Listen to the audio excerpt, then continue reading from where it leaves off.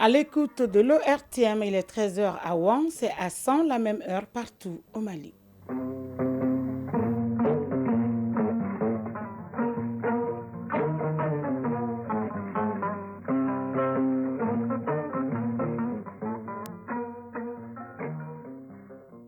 Le journal Aïssata Saliou Maïga. Mesdames et messieurs, bonjour et merci de choisir Radio Mali pour vous informer. Le ministre d'État chargé de l'administration territoriale et de la décentralisation, le colonel Abdoulaye Maïga, a lancé hier lundi à Samanko le recensement général agricole, couplé à l'enregistrement des exploitants et des entreprises agricoles au Mali. L'initiative vise à mieux soutenir le secteur agricole du pays. Les acteurs postaux renforcent leurs capacités à travers une session de formation organisée ici à Bamako. L'objectif est de sensibiliser les acteurs du secteur sur l'efficacité opérationnelle et la sécurité des données en la matière.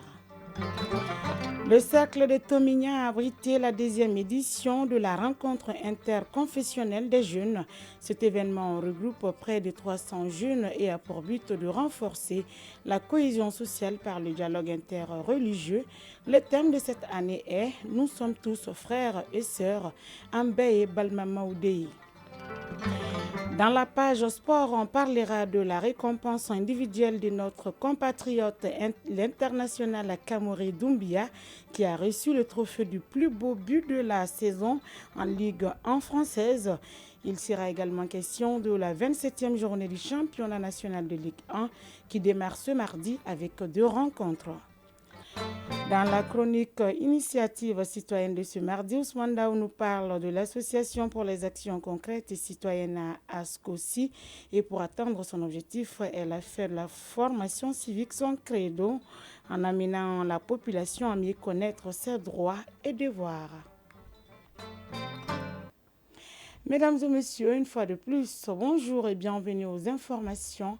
Je vous le disais à l'instant dans les titres, le ministre d'État chargé de l'administration territoriale et de la décentralisation, le colonel Abdoulaye Maïga, a lancé ce lundi à Samanko le recensement général agricole couplé à l'enregistrement des exploitants et des entreprises agricoles au Mali. Cette initiative vise à mieux comprendre et soutenir le secteur agricole du pays en recueillant des données sur les exploitations agricoles du Mali. Agibou Koulibaly pour les détails. Avec le lancement du recensement général agricole et de l'enrichissement des exploitants et des entreprises agricoles au centre agricole de Samanko, le président de la transition honore une promesse, celle de restituer les terres aux agriculteurs du Mandi. Sanoussi Bouyassila, président de l'APECAM. Faire en sorte que la signature de l'arrêté interministériel pour le fonctionnement des commissions villageoires foncières soit une réalité au Mali. Des maraîchers ont été déguerpis du centre de Bamako pour venir les recaser ici. Ce fut un travail formidable. Mais ce dispositif n'a jamais fonctionné à souhait parce que le dispositif qui amène l'eau dans ce périmètre n'a jamais été fonctionnel. Mahamadou Mansour Ndiaye, représentant résident de la FAO au Mali. Le recensement agricole est donc un important exercice sans lequel on ne pourrait pas atteindre cet objectif de faire du Mali, encore une fois, la première puissance agricole de l'Afrique de l'Ouest. Grâce à l'engagement des autorités de la transition, cette opération ambitieuse sera déployée dans les 19 régions et le district de Bamako. Plus de 6 000 agents seront mobilisés sur une période de 4 mois. Lassine Dambélé, ministre de l'Agriculture. Au regard de l'importance de cette opération, j'invite tous les acteurs du monde rural à adhérer massivement à ce projet en faisant en sorte que personne ne soit laissé de côté. Colonel Abdoulaye Maïga, ministre d'État, ministre de l'administration territoriale et de la décentralisation, porte-parole du gouvernement. Cet événement, loin d'être anodin, fait de Samanko un symbole et illustre à suffisance le combat mené personnellement par le chef de l'État afin que le monde agricole ne soit plus jamais menacée par les spéculateurs fonciers. La distribution de tablettes aux recenseurs facilitera la collecte, la gestion et l'analyse des données, accélérant ainsi le processus de recensement. À l'issue de ce recensement exhaustif, le secteur agricole disposera de répertoires fiables des exploitants agricoles familiaux et des entreprises agricoles immatriculées. Ces données géolocalisées et dotées des caractéristiques de base permettront d'établir une typologie précise, offrant ainsi une base solide pour un meilleur ciblage des interventions futures. L'autorité malienne de régulation des télécommunications et des postes renforce les capacités des acteurs postaux. La problématique de formation des acteurs de la poste se pose aujourd'hui avec acuité. Cette formation est donc destinée aux opérateurs, aux consommateurs et aux transporteurs qui évoluent dans le secteur. Mahamadou Fane. Beaucoup d'acteurs évoluent présentement dans le métier de la poste. Tous ne maîtrisent pas les règlements en la matière. Cet atelier est donc l'occasion pour les acteurs de renforcer leurs capacités dans le métier de la poste. Une initiative de l'autorité malienne de régulation des télécommunications, des TIC et des postes, AMRTP. Yeya Abdou, membre du conseil de régulation des postes à l'AMRTP. La formation que nous offrons constitue un moyen efficace de résoudre certaines préoccupations spécifiques auxquelles les acteurs postaux sont confrontés. Une opportunité précieuse de sensibiliser les participants à des questions importantes telles que l'efficacité opérationnelle, la sécurité des données et surtout l'innovation. Le renforcement des capacités des acteurs postaux fait partie des responsabilités de l'AMRTP. Il est issu des recommandations des Journées mondiales des postes. Mamoutou Dabo, conseiller technique au ministère de la Communication, de l'économie numérique et de la modernisation de l'administration. Ni la régulation, ni la réglementation elle-même ne pourront aller de l'avant sans une bonne compréhension par les opérateurs. Le département a en charge la politique nationale de développement du secteur postal. Cette session ouvre une longue série de formations à l'endroit des acteurs du métier de la poste. La finalité recherchée est de rendre ce domaine très performant. À Sens, c'est Omion qui a abrité cette année la 10e édition de la rencontre interconfessionnelle des jeunes, une initiative du diocèse de Sens dénommée « Renforcement de la cohésion sociale par le dialogue interreligieux » avec comme thème « Nous sommes tous frères et sœurs » Ambéouye Balemama Odeye. Cet événement qui regroupe près de 300 jeunes est appuyé par la conférence épiscopale du Mali et il entre dans le cadre du projet Initiative Paix au Sahel des évêques des pays du Sahel. Descend la correspondance d'Idrissa Koné. Une musulmane, un chrétien, main dans la main, chantent le vivre ensemble.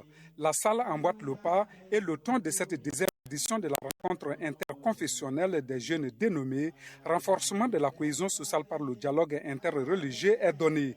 Symbole fort qui illustre bien le thème « Nous sommes tous frères et sœurs » Ambeye Balema Odeye, une initiative du diocèse de Sens. Abbé Paulin Damélé, responsable du dialogue interreligieux au diocèse de Sens. Ils vont partager, échanger, se former sur la loi fondamentale, la liberté de culte et de religion, sur les dangers de l'extrémisme violent. Abbé Armand Dabou, participant. Donc surtout, il y aura une visite dans les lieux de culte tels que la mosquée, dans les églises. Donc c'est une première pour moi et de mettre pied dans la mosquée.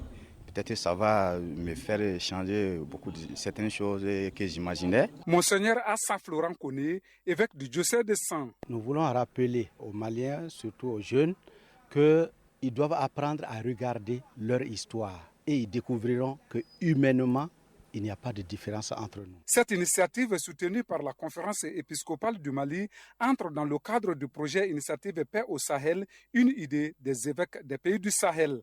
Jean de Dieu Damélé, point focal Initiative Paix au Sahel des conférences épiscopales des pays du Sahel. Puisque nous avons déjà des initiatives que les uns et les autres font pour se retrouver, pour fraterniser, alors chaque fois qu'il y a des initiatives comme ça, nous voulons soutenir et montrer cela au monde. Bourema Alphonse Ouattara, représentant le gouverneur de la région de Sens. Cette rencontre peut être une solution dans le cercle toumnien. La rencontre est en phase avec la vision du dialogue intermalien pour la paix et la réconciliation nationale qui vient de connaître son épilogue. Sans Drissa Koné et Sédou Kamena pour le RTM. Autre rencontre des jeunes, cette fois-ci à Caille de la commune rurale de Falémé et de Kidira dimanche dernier à Diboli. Objectif, trouver des pistes de solutions pour freiner la pollution des eaux du fleuve Falémé-Kabadjara. La jeunesse de la commune rurale de la Falémé et celle de la commune de Kidira se sont réunies au cours des échanges. La pollution très avancée de l'eau de la Falémé. Mamadou Keïta, président local de la jeunesse de Diboli. Voir aujourd'hui ce fleuve ne contient plus d'espèces vivantes, à fortiori un poisson à cause de la toxicité de l'eau. Face à ces fléaux, pour pallier à Pour les jeunes, l'orpaillage pourrait représenter un atout économique pour les populations qui vivent le long de la Falémé si les conditions environnementales étaient respectées. Pape Ndiaye, porte-parole de la jeunesse de Kidira. Demandons à nos deux États, à savoir le Mali et le Sénégal, à trouver des solutions urgentes et prendre des mesures adéquates face à cette situation. Sinon, elle pourrait devenir un facteur de vulnérabilité pour les communautés vivantes dans la zone aurifère et le long de la Falémé. Rappelons que la Falémé est un affluent du fleuve Sénégal constituant la frontière entre le Mali et le Sénégal. Kai Kabadjara, Lassana Keita pour l'ORTM. Quelques mots de l'actualité hors de chez nous à présent. En Guinée-Conakry, le procès du 28 septembre a repris hier. Après 3 semaines de pause, la justice juge les 11 responsables présumés de la répression du meeting de l'opposition dont l'ancien président Moussa Dadis Camara et son aide de camp Aboubakar Camara dit Toumba. Cette répression a fait plus de 150 morts le 28 septembre 2009 avec le démarrage des plaidoiries des avocats de la partie civile et de la défense. Le procès est entré dans sa dernière ligne droite puisque le verdict est attendu d'ici le mois d'octobre. Au Togo, la Cour constitutionnelle a confirmé les résultats du double scrutin des députés et conseillers régionaux du 29 avril dernier. Dans ce double scrutin, l'Union pour la République UNIR, le parti au pouvoir, est arrivé largement en tête. En Indonésie, les inondations de coulées de lave froide provenant d'un volcan sur l'île de Sumatra, dans l'ouest du pays, ont fait 50 morts et 27 disparus, selon un nouveau bilan officiel publié ce matin. La catastrophe a également fait 37 degrés et a entraîné l'évacuation de 3396 personnes, a déclaré le porte-parole de l'agence chargée de gérer les catastrophes du pays. Le président russe Vladimir Poutine se rendra en Chine à partir de jeudi pour sa deuxième visite dans le pays en 6 mois. Il rencontrera notamment son homologue Xi Jinping pour évoquer leur partenariat global et leur coopération stratégique. Les deux présidents feront le tour de leurs relations bilatérales dans divers domaines et les questions internationales et régionales d'intérêt commun. Ils signeront ensemble une déclaration conjointe et assisteront à une cérémonie pour marquer le 75e anniversaire des relations diplomatiques entre les deux pays. Vladimir Poutine va également rencontrer le Premier ministre Li Yang et se rendra dans la ville de Harbin, dans le nord de la Chine, pour une foire commerciale et d'investissement.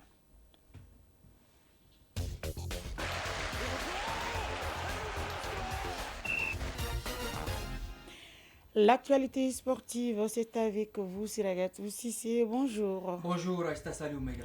Sport football, le championnat national de Ligue 1, la 27e journée démarre ce mardi avec 2 rencontres.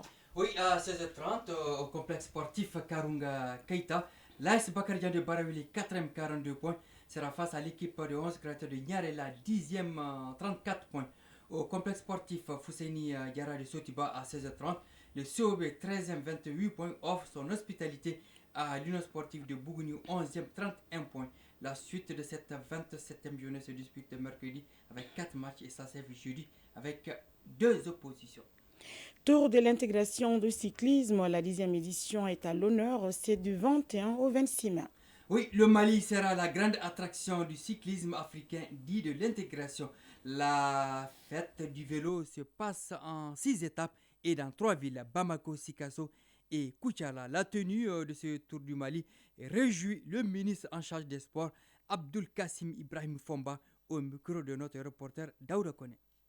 Avoir 14 pays ici au Mali, c'est un honneur. Ça montre que notre pays n'est pas du tout écarté, marginalisé, mis de côté. C'est que les gens s'intéressent à ce pays-là pour plusieurs raisons. Parce que nous avons un beau pays et nous avons des belles personnes. Nous avons notre Djatiguéa, nous avons notre culture, nous avons notre façon d'accueillir les gens, ce qui fait que lorsqu'ils viennent au Mali, ils n'ont peut-être jamais envie de quitter le Mali. Parce que tout simplement, les Maliens sont exceptionnels. Donc continuez à nous faire rêver, continuez à briller au nom du pays et nous serons là pour vous accompagner. Parlons de cette récompense individuelle. Notre compatriote, l'international Kamori Doumbia, a reçu le trophée du plus beau but de la saison en Ligue 1 française avec son club Brest. Ah oui, tonnerre d'applaudissements pour Kamori Doumbia. C'est une première pour un footballeur malien. Le meneur de jeu brestois des Aigles du Mali à la réception d'une remise crucifix à bout portant le portier laurentais d'une reprise exceptionnelle du pied droit. Alors, on vous décrit le but de la sorte, Aïssata. Le geste réalisé par Kamori est donc désigné comme le plus beau but de la saison en Ligue 1 française, vu la justesse, la précision et la qualité du chef-d'œuvre. C'était le 20 décembre 2023. Ce jour-là, Kamori Doumbia, héros des matchs, avait inscrit 4 buts à lui seul, tenez-vous bien, en 26 minutes. Les héros du football malien. Terminons par la Première Ligue anglaise à suivre ce soir un match retard de la 34e journée, le sulfureux Tottenham-Manchester City. Oui, coup d'envoi 19h temps universel. Manchester City, 2e 85 points, se rend sur la pelouse de Tottenham, 5e 63 points, dans un match capital pour les deux formations. City, en cas de victoire, récupère le fauteuil de leader occupé par Arsenal, 86 points, à une journée de la fin du championnat. Tottenham, de son côté, vise la 4e place qualificative à la prochaine Ligue des Champions, occupée par Aston Villa. Merci Siragatou Sissé pour toutes ces informations sportives. Initiative citoyenne. Le développement par nous-mêmes. Dans la chronique initiative citoyenne de ce mardi, plan feu sur l'association pour les actions concrètes et citoyennes ASCOCI, une association qui se bat tous les jours pour un changement de comportement des citoyens, l'amélioration de la qualité de l'éducation et l'autonomisation des personnes en situation de handicap. Pour cela, elle a fait de la formation civique son créneau en amenant la population à mieux connaître son devoir et son droit dans tous les domaines, en particulier par rapport à l'État, gage d'un développement durable pour un pays. Ousmane Daou nous présente ASCOCI. L'Association pour les actions concrètes et citoyennes, comme son nom l'indique, met au cœur de son programme les citoyens pour apporter un changement dans leur comportement de tous les jours avec des interventions sur le terrain et des formations. Amadou Koulibaly, président de l'Association pour les actions concrètes et citoyennes. Nous avons doté certains centres d'écoute de santé, certains hôpitaux. En plus de cela, nous avons réalisé des actions de don de sang. Nous avons mené aussi des activités de formation. Après quelques années d'existence et grâce à ces interventions, ASCOCI bénéficie de l'appui et du soutien de la population dans ses zones d'intervention, à savoir Bamako, la commune rurale de Kalabankoro et certaines capitales régionales. Les actions qui ont été posées lors de la période de coronavirus, lors de nos activités de formation, lors de nos activités de café citoyen, les citoyens ont été édifiés, par exemple, sur le processus de démocratie, sur le processus d'obtention des dossiers administratifs. Donc, les populations sont en train de comprendre petit à petit l'impact que l'association ASCOCI peut avoir sur leur développement. L'Association pour les actions concrètes et citoyennes travaille également sur le levier de la connaissance, voire la maîtrise du droit et du devoir par un citoyen vis-à-vis de l'État. Qu'ils sachent d'abord qu'ils ont un contrat social, qu'ils ont un contrat de citoyenneté vis-à-vis de l'État du Mali, qu'ils doivent d'abord accomplir leurs devoirs. Nous attendons des citoyens qui changent de comportement. Vous voyez que le système est alarmant quand on s'amuse à jeter un regard sur la circulation, sur l'environnement scolaire, sur l'environnement universitaire, même sur la gestion des familles. Si on regarde la gouvernance familiale aujourd'hui, il y a des difficultés. Chacun doit d'abord faire son devoir avant de réclamer son droit. Outre la formation du citoyen, elle a élargi son intervention dans le milieu scolaire avec un nouveau projet. Amadou Koulibaly, président de l'Association pour les actions concrètes et citoyennes. C'est un projet qui vise les écoles publiques. C'est des cours d'accompagnement que nous allons faire uniquement pour les élèves de la 9e année. Ce programme contient un volet spécial aussi pour les enfants handicapés qui ont des difficultés à la fois motrices et à la fois autres aspects pour pouvoir accéder à la connaissance. C'est des enseignants qui seront en charge par l'association pour pouvoir accompagner ces enfants-là. Dans l'attente d'un partenaire pour la réalisation de ce projet, ASCOSI reste convaincu que la maîtrise de ses obligations en termes de droits et devoirs est le premier pilier pour développer sa communauté, voire son État. Point final à cette édition qui vous a été présentée par Issata Saliou Maïga. Sa mise en onde a été assurée par Absi Traoré. Mise en ligne Marcel Tessougué. Réalisation Souma Ouaïdara. Coordination Ousmane Dao. Merci d'avoir été des nôtres. Et à très vite sur les antennes de Radio Mali pour d'autres informations. D'ici là, prenez bien soin de vous et des autres, car le Mali a besoin de plus d'unité pour vaincre à jamais l'ennemi. Ensemble, nous pouvons.